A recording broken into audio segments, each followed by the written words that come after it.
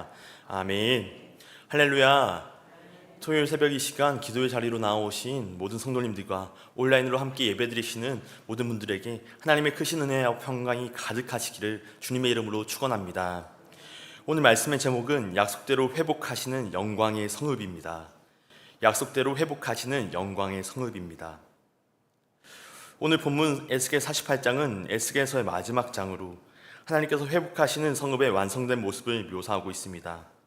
이스라엘의 불순종으로 인해 완전히 멸망했던 예루살렘 성읍은 이제 하나님의 영광으로 말미암아 온전히 회복되며 이스라엘 지파들이 심판으로 인해 다른 나라들에게 빼앗겼던 땅도 다시 하나님의 은혜 가운데 재분배됩니다. 본문에서는 북쪽에서 남쪽으로 내려오는 순서에 따라 각 지파에게 땅이 분배됩니다. 단, 아셀, 납달리, 므낫세, 에브라임, 르우벤, 유다, 베냐민, 시므온, 이사갈, 스불론 순서로 이루어지는 이 분배는 하나님께서 이스라엘과 맺으신 언약에 대한 신실하심을 나타내십니다. 비록 이스라엘이 불순종하여 언약을 저버렸을지라도 하나님은 그들의 불성실함을 뛰어넘어 자신의 신실하심을 드러내십니다. 하나님께서는 하나님의 영광을 버리고 반역한 이스라엘을 징계하셨으며 그들을 쫓아내심으로 하나님의 공의를 실행하셨습니다. 그러나 이와 동시에 그분의 이름을 영광을 위해 직접 원수들과 대적하시며 포로된 백성들을 다시 언약의 땅으로 돌아오게 하셨습니다. 이는 자신의 영광을 위해 성실하게 일하시는 하나님의 모습을 분명히 보여줍니다. 언약에 신실하신 하나님께서는 이스라엘의 삶의 중심에 하나님의 임재와 다스림이 있는 새 성읍 예루살렘을 두게 하셨습니다. 그 성읍은 애통이 기쁨으로 바뀌는 곳이며 하나님의 이름이 그들 가운데 거하게 되는 은혜의 장소입니다. 이처럼 하나님은 자신의 백성과 함께 하시며 그분의 임재로 그들의 삶을 온전히 회복시키십니다. 에스겔 48장은 네 가지 구조로 나누어 볼 수 있습니다. 첫 번째 단락은 1절부터 7절까지 일부 지파들의 땅 분배입니다. 두 번째 단락은 8절부터 22절로 거룩한 구역입니다. 세 번째 단락은 23절부터 29절로 나머지 지파들의 땅 분배입니다. 마지막 네 번째 단락은 30절부터 35절로 성읍의 문들입니다. 오늘 말씀의 제목은 약속대로 회복하시는 영광의 성읍입니다. 본문의 말씀을 통하여 세 가지 영적인 교훈과 기도의 제목을 삼고자 합니다. 첫째로, 하나님의 약속은 돌아갈 곳에 대한 소망을 줍니다. 하나님의 약속은 돌아갈 곳에 대한 소망을 줍니다. 오늘 본문은 포로 생활을 겪고 있는 이스라엘 백성에게 하나님께서 회복을 약속하신 장면을 보여줍니다. 하나님께서는 12지파에게 공평하게 기업을 분배하시며 북왕국과 남왕국으로 나뉘어졌던 이스라엘 모든 지파가 다시 하나님의 품 안에서 하나로 회복될 것을 말씀하십니다. 심지어 과거 아수르 제국에 의해 멸망당했던 북이스라엘의 10지파까지도 모두 회복하실 것을 약속하십니다. 오늘 본문의 땅 분배 모습은 과거 남북 왕국 시대의 상처를 치유하시는 모습을 담고 있습니다. 과거 갈라진 남북 상황으로 인한 지속된 분쟁과 불화가 있었으나 이번 회복의 분배에서는 하나님께서 남북 왕궁의 아픔을 마무리하시고 하나의 민족으로서 온전히 화해하게 하시는 회복의 역사를 보여주십니다. 하나님은 이스라엘에게 새로운 시작을 약속하시며 모든 지파가 하나님의 은혜 가운데 다시 함께 어우러져 기업을 나누게 하십니다. 이 예언은 에스겔과 포로된 이스라엘 백성들이 바벨론에 끌려간 지 25년이 지난 시점에 주어졌습니다. 그들은 이미 포로지에서 한 세대를 보냈고 예루살렘과 고향 땅에 대한 기억도 점점 희미해져 가고 있었습니다. 그들의 마음은 과거의 집과 땅을 그리워했지만 현실의 고통 속에서 그 기억조차 점차 사라지고 있었습니다. 그러나 하나님께서는 그들에게 다시 약속의 말씀을 주시며 그들이 돌아갈 땅이 있음을 분명히 하셨습니다. 이 회복의 비전은 그들에게 잃어버린 고향에 대한 소망을 다시 품게 했고 하나님이 여전히 그들과 함께 하심을 확인하게 했습니다. 에스겔 36장에서 하나님께서는 이미 회복의 말씀을 주셨습니다. 그분은 37장에서 남북 왕국의 통일을 예고하셨으며 그 말씀이 오늘 48장에서 새롭게 이루어지는 땅의 분배로 완성되었습니다. 이제 그들은 분열의 역사를 뒤로하고 하나님의 회복의 계획 안에서 새로운 공동체로 세워질 것입니다. 이 회복의 비전은 하나님께서 그들의 과거를 치유하시고 새로운 시작을 주신다는 희망을 보여줍니다. 하나님은 그들의 분열된 역사와 아픔을 기억하시며 과거의 상처를 회복의 은혜로 낫게 하시는 분이십니다. 하나님의 약속은 그들에게 다시 돌아갈 곳이 있음을 소망하게 했고 하나님의 품 안에서 온전히 회복될 미래를 바라볼 수 있게 했습니다. 이러한 하나님의 약속은 단순히 이스라엘의 역사적 회복을 넘어 하나님의 백성에게 주시는 새로운 시작과 회복의 약속을 상징합니다. 하나님께서는 과거의 실패와 분열을 묻어두지 않으시고 그 상처와 아픔을 새로운 은혜와 화해로 덮으시며 완전한 회복을 이루시는 분이십니다. 지금 우리의 각자의 삶에도 분열과 갈등, 과거의 실패로 인한 상처가 남아있을지 모릅니다. 그러나 하나님은 그 아픔 가운데 우리를 그대로 내버려 두지 않으십니다. 마치 바벨론 포로 생활로 인해 뿔뿔이 흩어졌던 이스라엘 지파들을 한데 모으시고 다시금 회복의 약속을 이루신 것처럼 오늘도 하나님은 우리를 하나님의 품 안에서 회복시키시기를 원하십니다. 하나님은 우리의 과거를 치유하시고 새로운 미래를 열어주시는 참된 회복의 주님이십니다. 우리가 그분을 온전히 신뢰하며 아픔과 상처를 그분께 맡길 때 하나님께서는 그 모든 아픔을 다루시고 회복시키실 뿐만 아니라 새로운 시작을 위한 영적 기업도 허락해 주실 줄로 믿습니다. 그 영적 기업은 우리의 참된 고향인 하나님의 나라, 곧 그분의 임재와 평강이 가득한 삶입니다. 과거의 상처가 더 이상 우리를 지배하지 못하도록 하고 오직 하나님의 은혜 안에서 새로운 미래를 바라보는 믿음의 눈을 가지시길 바랍니다. 비록 아픔과 눈물의 터널을 지나더라도 소망으로 인도하시는 하나님을 의지하며 상처를 영광으로 바꾸어 주시는 하나님의 은혜를 온전히 누리시는 저와 여러분 되시기를 주님의 이름으로 간절히 축원합니다. 둘째로, 진정한 회복은 하나님을 예배하는 자리로의 귀환입니다. 진정한 회복은 하나님을 예배하는 자리로의 귀환입니다. 오늘 본문은 지파별 땅을 분배하는 가운데 특별히 거룩한 땅에 대한 말씀을 포함하고 있습니다.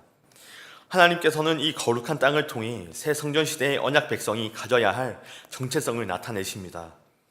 에스겔 45장에서 이미 구별된 땅에 대해 말씀하셨던 하나님께서 오늘 본문에서 다시 한번 동일한 언급을 하심으로 새 이스라엘의 중심에 두신 이 성읍이 얼마나 중요한지 보여주십니다. 하나님께서는 성전을 이스라엘 땅의 중심에 두시며 그곳을 하나님께서 거룩하게 바쳐야 할 땅으로 삼으라고 말씀하십니다. 이 거룩한 땅의 중심에는 하나님을 예배하는 성전이 자리하고 있습니다. 하나님께서 성전이 그들의 땅 한가운데 있어야 한다고 반복하여 말씀하시는 이유는 회복된 새 언약 백성이 예배하는 민족이 되어야 함을 강조하기 위함입니다. 이스라엘은 강한 국력이나 뛰어난 지혜로 하나님의 영광을 드러내는 민족이 아닙니다. 그들은 자신들을 기억하시고 인도하시며 구원하신 하나님을 예배하기 위해 부름받은 민족입니다. 언약에 신실하신 하나님께서 그분의 약속을 지키시며 세상을 다스리시는 주관자 되심을 인정하며 예배하는 그들의 존재 자체로 증언하고 고백하게 하셨습니다. 이 영광스러운 부르심은 오늘을 살아가고 있는 우리 그리스도인들에게도 동일하게 주어졌습니다. 삶의 중심에 하나님을 모시고 예배하는 자로 부름받은 우리가 바로 새 이스라엘이기 때문입니다. 에스겔이 본 새 성전 시대의 비전은 요한계시록의 영광스러운 새 예루살렘 비전과 맞닿아 있습니다. 새 예루살렘의 성의 보좌에 구원받은 만국의 백성들이 모여 죄와 사망으로부터 세상을 구원하신 하나님을 경배하는 모습을 보여줍니다. 에스겔과 요한에게 주신 비전 모두 하나님을 예배하는 정체성의 회복을 강조하고 있습니다. 즉 하나님께로 나아가는 삶, 하나님을 존재의 중심에 두는 것이야말로 진정한 구원이자 참된 회복이라는 것을 전하고 있습니다. 따라서 단순히 회복되는 영토 역시 중요하겠지만 그보다 더 중요한 것은 우리가 하나님께로 나아가 그분과의 관계를 회복하는 것입니다. 이것이 바로 새 이스라엘에게 주신 최고의 복이자 은혜입니다. 에스겔은 하나님의 은혜로 인해 역사의 뒤안길로 사라질 뻔한 이스라엘이 다시 창조주께 기억되고 세계의 중심으로 들어 올려졌음을 고백합니다. 이 은혜는 영원한 죽음의 종로로 탈 수밖에 없었던 우리에게도 동일하게 임했습니다. 그리스도께서 치르신 값진 희생을 통해 우리는 하나님과의 관계가 회복되어 왕같은 제사장으로 세워졌습니다. 이 모든 회복의 자리에는 하나님을 향한 예배가 함께해야 할 줄로 믿습니다. 시편에는 다양한 예배의 모습을 묘사한 구절들이 많이 나옵니다. 그 중에서도 무릎을 꿇어 경배한다는 표현은 하나님께 주권을 내어드리는 것을 의미합니다. 하나님을 예배하는 것, 하나님과의 관계가 온전히 회복되었음을 나타내며 우리가 서야 할 참된 자리인 줄로 믿습니다. 이것이야말로 진정한 회복입니다. 바라기는 어떠한 순간에도 하나님을 예배하는 삶, 구원하신 하나님의 은혜를 고백하는 것을 삶의 최고의 가치로 두고 살아가실 줄로 믿습니다. 오직 구원하신 하나님께 모든 영광을 돌리며 삶의 자세를 겸손히 낮추어 예배하는 진정한 회복의 삶을 살아가시는 저와 여러분 모두가 되시기를 주님의 이름으로 간절히 축원합니다. 끝으로 하나님을 예배하는 하나님의 함께 하시는 은혜가 가장 큰 영광입니다. 하나님의 함께 하시는 은혜가 가장 큰 영광입니다. 오늘 본문 후반부에서는 하나님께서 새 성읍이 존귀하게 되는 이유를 분명히 밝히시며 에스겔서가 마무리됩니다. 새 예루살렘이 존귀한 이유는 바로 그곳에 하나님이 함께 하시기 때문입니다. 하나님께서는 이 새 성읍의 이름을 여호와 삼마, 곧 하나님이 거기 계시다라는 의미로 불리게 하실 것입니다. 성경에는 여러 가지 하나님의 이름이 등장하지만 그 중에서도 하나님의 속성을 가장 잘 드러내는 이름은 여호와일 것입니다. 이는 스스로 계신 분이란 뜻으로 세상 모든 존재가 스스로 있을 수 없는 것과 달리 오직 여호와 하나님만이 자존하시는 분이심을 나타냅니다. 하나님은 이처럼 피조 세계를 초월하여 계실 수 있으나 무한한 사랑 가운데 피조 세계를 창조하시고 그 안에 함께 하시기를 원하셨습니다. 하나님은 자신을 피조 세계로부터 얼마든지 분리하실 수 있지만 피조물과의 관계를 위해 자신의 거룩함이 해쳐질 위험을 감수하면서까지 함께 하시기를 기뻐하십니다. 하나님은 그러한 거룩한 희생, 즉 합리적이지 않은 것처럼 보이는 수고와 위험을 무릅쓰시고 민물과 같은 인간의 시간과 역사 속으로 들어오셨습니다. 그것이 바로 하나님의 사랑입니다. 구약 성경학자 송민원 교수는 성경이 전하는 하나님은 결코 유아 독존의 절대 타자가 아니라라고 말합니다. 하나님은 스스로 존재하실 수 있음에도 불구하고 홀로 계시기를 원치 않으시며 자신의 피조물과 함께 하시고자 찾아오시고 임재하시며 구원하시기 위해 마침내 이 땅에 오신 분이십니다. 하나님은 우리와 관계를 맺고 함께 하시기를 기뻐하시는 분이십니다. 성경 처음부터 끝까지 하나님께서 우리를 향해 하시는 약속은 변함이 없습니다. 내가 너희와 함께 하겠다. 내가 너희 가운데 거하겠다. 내가 너희의 하나님이 되고 너희는 내 백성이 될 것이다. 하나님의 이 사랑의 고백은 언제나 변치 않고 우리를 향해 들려왔습니다. 우리가 그분의 음성을 들을 때 우리는 진정한 영광 가운데 거하게 될 줄로 믿습니다. 사람들은 자신의 삶에서 참된 영광과 가치를 발견하기 위해 세상의 많은 것들을 찾아다니지만 어디에서도 만족을 누리지 못합니다. 그 이유는 유일하신 하나님을 통해서만 우리가 참된 만족과 삶의 가치를 누릴 수 있기 때문입니다. 우리는 스스로 빛나는 존재가 아닙니다. 하나님의 영광이 비추어질 때에만 우리의 삶도 빛날 수 있습니다. 오직 하나님만이 스스로 빛나는 분이시며 우리는 그분과 함께할 때에만 그 빛을 반사하여 빛날 수 있습니다. 새 예루살렘 성읍이 빛나는 이유는 영광스러운 하나님께서 그곳에 거하시기 때문입니다. 오직 우리의 삶에 오직 진정한 영광이 되시는 하나님을 모시고 주님이 거하시는 거룩한 처소로 살아가시는 저와 여러분 빛나는 삶이 되어지시기를 주님의 이름으로 간절히 축원드립니다. 기도하겠습니다. 우리와 함께 하시기 원하신다는 말씀하신 주님, 오늘 새벽도 우리에게 말씀 주시고 주의 길로 인도하여 주심에 감사를 드립니다. 주님의 임재와 영광이 우리 가운데 언제나 함께 하기를 원합니다. 하나님의 함께 하시는 은혜가 가장 큰 영광임을 잊지 않게 하여 주옵시고 오직 주님을 예배하는 삶, 주님만을 경배하며 주의 이름 앞에 무릎 꿇는 온전한 예배자로 살아가게 하여 주시옵소서. 주님의 약속의 말씀이 우리의 삶의 유일한 소망이며 해답이 된다는 것을 잊지 않고 오직 주와 함께 거하고 주와 함께 걸어가는 복된 삶이 되게 하여 주시옵소서. 이 시간 주님의 전에 나아와 간절한 기도의 제목을 올려드리는 성도들의 마음과 함께 드려진 귀한 예물을 기쁘게 받아 주시옵소서.